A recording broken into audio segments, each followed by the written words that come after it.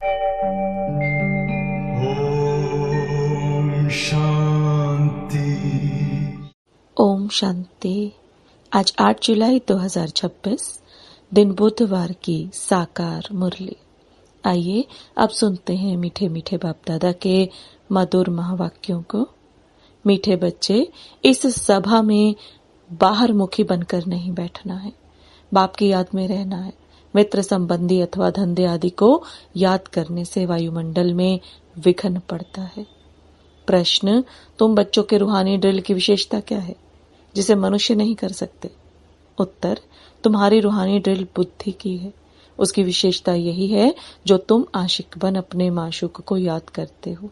इसका इशारा गीता में भी आया है, मन मना भव। परंतु मनुष्य अपने माशूक परमात्मा को जानते ही नहीं तो ड्रिल कैसे कर सकेंगे? वे तो एक दो को जिस्मानी ड्रिल सिखलाते हैं। ओम शांति। बच्चे भी समझते हैं, बाप भी समझते हैं कि बच्चे अर्थात योग कराने वाले यहाँ क्या कर रहे हैं। याद की यात्रा की ड्रिल करा रहे हैं। मुख से कुछ भी कहने का नहीं है। किसकी याद है? परम पिता परमात्मा शिव बाबा की। उनकी याद में रहने से हमारे जो भी विकर्म हैं वह भस्म हो जाएंगे और विकर्माजीत बन जाएंगे। जितना जो याद की ड्रिल में रहेंगे, यह आत्मा की ड्रिल है, शरीर की नहीं। भारत में जो भी ड्रिल सिखाते हैं वह सब है जिस्मानी। यह है रूहानी ड्रिल। इस रूहानी ड्रिल को तुम बच्चों के सिवाय कोई जानते ही नहीं। रूहानी ड्रिल का इशारा गीता में है जरूर। भगवानु वाच अथवा भगवान के बच्चों का भी वाच है। तुम अभी भगवान शिव बाबा के बच्चे बने हो ना। बच्चों को फरमान मिला है, माँ में कम याद करो। बाप भी ड्रिल सिखलाते हैं, बच्चे भी यही ड्रिल सिखलाते हैं। कल्प पहले भी बाप ने यही कहा था कि मुझ बाप को याद करो। इसमें घड़ी घड़ी कहने की दरकार नहीं है, परंतु कहना पड़ता है। यहाँ बैठे कोई अपने मित्र संबंधियों धंधे आदि को याद करते रहते हैं तो वायुमंडल में विघ्न डालते हैं। बाप कहते हैं जैसे यहाँ तुम याद में बैठे हो, ऐसे ही चलते फिरते कर्म करते हुए याद में रहना है। जैसे आशिक माशूक एक दो को याद करते हैं, उन्हों की याद है जिस्मानी, तुम्हारी है रूहानी याद। आत्माएं भक्ति मार्ग में भी आशिक होती हैं, परम पिता परमात्मा माशूक की। परंतु माशूक को जानते नहीं हैं, न अपनी आत्मा को जानते हैं। माशूक बाप आया हुआ है। भक्ति मार्ग से लेके आत्माएं आशिक बनी हैं। यह है ही आत्माओं और परमात्मा की बात। बाप बच्चों को सम्मुख कहते हैं, तुम आशिक मुझ माशूक को याद करते हो कि बाबा आओ, हमको आकर दुख से लिबरेट करो और अपने साथ शांति धाम में ले चलो। तुम जानते हो अब इस दुख धाम मृत्यु लोक का विनाश होना है। अमर लोक जिंदाबाद, मृत्यु लोक मुर्दाबाद। तुम अभी ब्राह्मण बच्चे बने हो, तुम्हारे में भी नंबरवार पुरुषार्थ अनुसार है। तुम बच्चों को पूरा निश्चय होना चाहिए कि हम अब नरकवासी से स्वर्गवासी 21 जन्म लिए बनते हैं। कोई मरता है तो कहते हैं स्वर्गवासी हुआ, परंतु कितने समय के लिए स्वर्गवासी हुआ ये कोई भी नहीं जानते हैं। अब तुम पुरुषार्थ कर रहे हो स्वर्गवासी बनने के लिए। यह कौन निश्चय कराते हैं? वह है गीता का भगवान, परंतु वह तो एक ही निराकार होता है। मनुष्य समझते हैं निराकार तो निराकार ही है, वह कैसे यहाँ आकर सिखाएंगे? बाप को न जानने के कारण ड्रामा अनुसार श्री कृष्ण का नाम भूल से डाल दिया है। श्री कृष्ण और शिव का संबंध इस समय नजदीक है। शिव जयंती होती है संगम पर, फिर कल होगी श्री कृष्ण जयंती। शिव जयंती है रात में, श्री कृष्ण जयंती है सवेरे, उसको प्रभात कहेंगे। जब शिवरात्रि पूरी होती है तब फिर श्री कृष्ण जयंती होती है। यह बातें बच्चे ही समझ सकते हैं। कायदा है यहाँ सभा में कोई बाहर मुखी न हो, बाप की याद में रहना है। मनुष्य पुकारते भी हैं, हे पतित पावन आओ आकर पावन बनाओ, परंतु ड्रामा अनुसार पत्थर बुद्धि कुछ भी समझते नहीं। अगर जानते होते तो बताते। उनको यह भी पता नहीं कि अभी कलयुग का अंत है, फिर जब बाप आते हैं तब आदि होती है। मनुष्य तो बिल्कुल घोर अंधियारे में है। लोग समझते हैं कलयुग में अजुन 40,000 वर्ष पड़े हैं। बेहद का बाप समझाते हैं, हद का बाप कब पतित पावन हो न सके। बापू नाम तो बहुतों के रख दिए हैं। बुजुर्ग को भी बापू अथवा पिताजी कहते हैं। यह रूहानी पिताश्री तो एक ही है जो पतित पावन ज्ञान का सागर है। बच्चों को पावन होने के लिए ज्ञान चाहिए। पानी में स्नान करने से कोई पावन थोड़े ही बनेंगे। तुम जानते हो शिव बाबा हमारे सामने इस तन में प्रत्यक्ष हैं। ब्रह्मा द्वारा ब्राह्मणों को राजयोग सिखा रहे हैं। वह तो कह देते हैं, भगवानुवाच अर्जुन प्रति ब्राह्मणों का नाम निशान नहीं है। गाया जाता है, ब्रह्मा द्वारा स्थापना, विष्णु द्वारा पालना। स्थापना तो ब्रह्मा द्वारा ही करेंगे, ना कि विष्णु द्वारा, ना शंकर द्वारा। तुम बच्चों को यह समझानी अब मिली है। बाप को यहाँ आना पड़ता है। वापिस तो कोई भी आत्मा जा नहीं सकती। जो भी आते हैं उनको सतो रजो तमो से पास करना ही है। श्री कृष्ण भी पूरे 84 जन्म लेते हैं और पूरे 5000 वर्ष पाठ बजाया। जब आत्मा पेट में है तो भी जन्म तो है। श्री कृष्ण की आत्मा जब सतयुग में आती है, गर्भ में प्रवेश किया, तब से लेकर 5000 वर्ष में 84 जन्मों का पाठ बजाना है। जैसे शिव जयंती मनाते हैं तो इसमें बैठा है ना। श्री कृष्ण की आत्मा भी गर्भ में आई, चुरपुर हुई, उस समय से लेकर 5000 वर्ष का हिसाब शुरू होता है। अगर कम जास्ती हो तो फिर 5000 वर्ष में कम हो जाए। यह बड़ी सूक्ष्म समझने की बातें हैं। बच्चे जानते हैं श्री कृष्ण की आत्मा फिर से यह ज्ञान ले रही है। फिर से श्री कृष्ण बनने के लिए तुम भी कंसपुरी से कृष्णपुरी में जाते हो। यह बातें बाप बैठ बच्चों को समझाते हैं।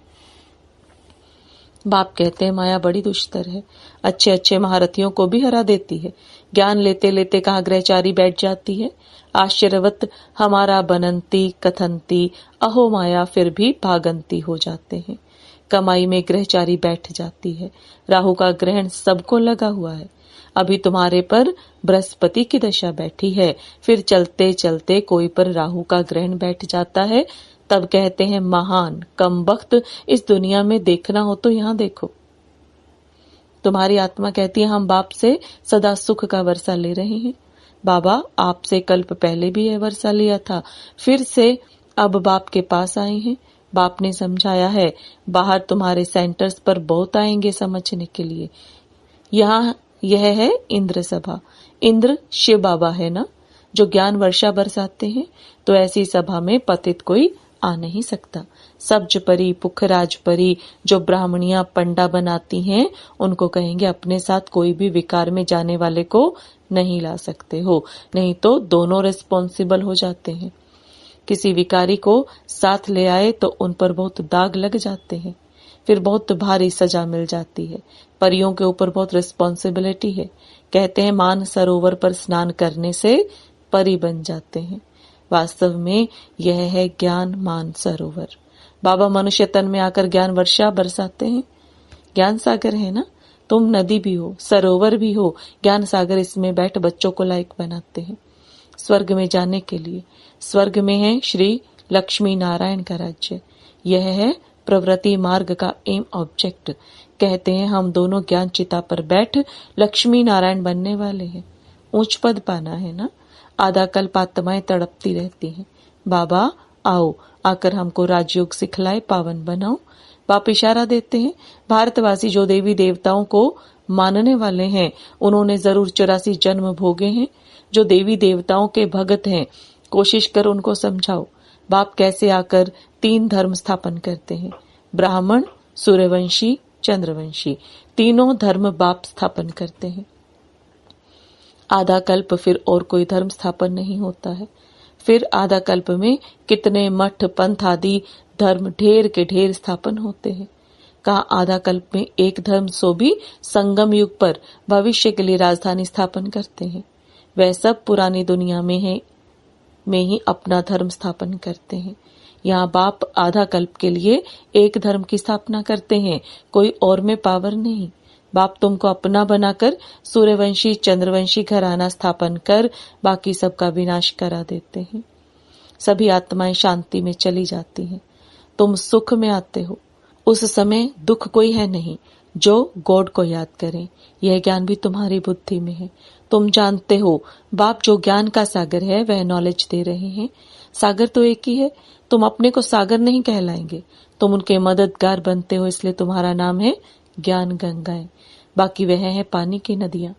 बाप कहते हैं, मुझ सागर के तुम बच्चे काम चिता पर बैठ जल मरे हो, अर्थात पतित बन पड़े हो। अब फिर मुझे याद करने से ही तुम पावन बनेंगे। ये सृष्टि का चक्र 5000 वर्ष का है, यह भी किसी को पता नहीं है। सृष्टि का चक्र पूरे 4 भाग में है, 4 युग है ना। यह संगम युग है कल्याणकारी। कुंभ कहते हैं ना, कुंभ कहा जाता है मेले को।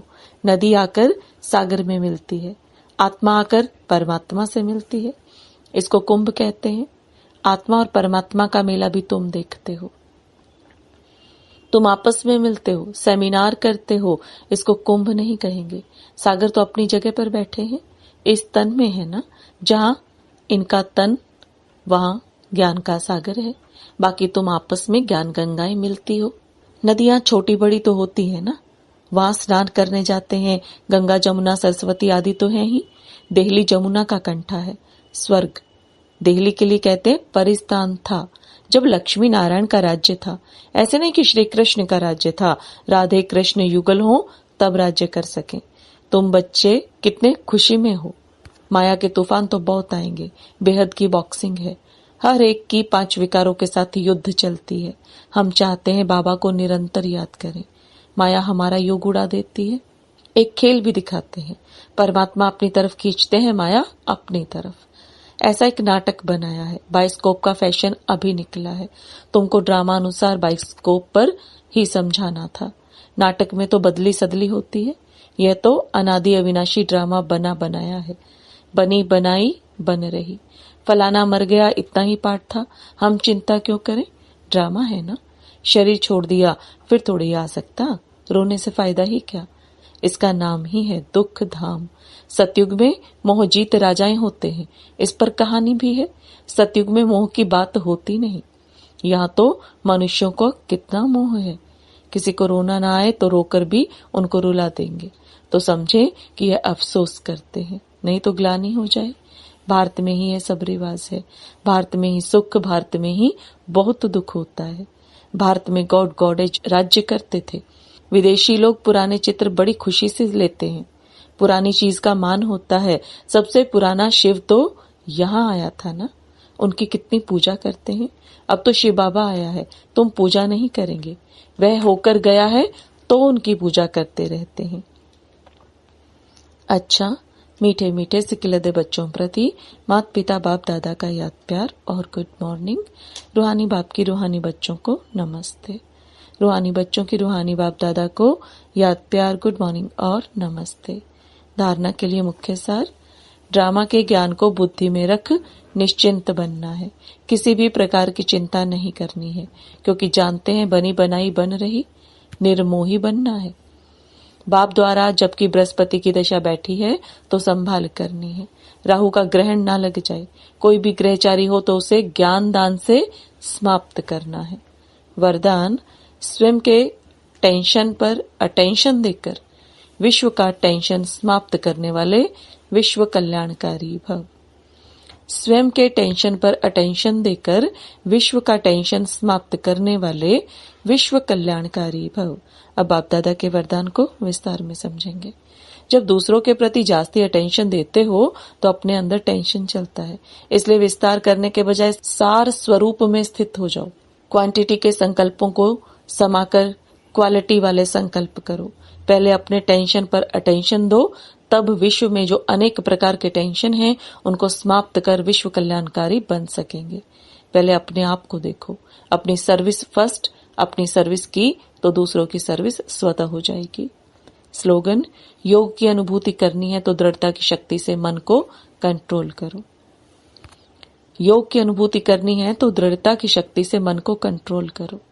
ये अव्यक्त इशारे ज्वाला स्वरूप स्थिति में रह शक्तिशाली याद का अनुभव करो। जितना स्थापना के निमित्त बने हुए ज्वाला स्वरूप होंगे, उतना ही विनाश ज्वाला प्रत्यक्ष होगी। संगठन रूप में ज्वाला रूप की याद विश्व के विनाश का कार्य संपन्न करेगी। इसके लिए हर सेवा केंद्र पर विशेष योग के प्रोग्राम चलते रहें तो विनाश ज्वाला को पंखा लगेगा। योग अग्नि से विनाश की अग्नि जलेगी।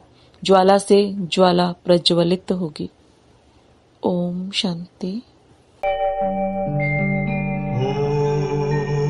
Om Shanti.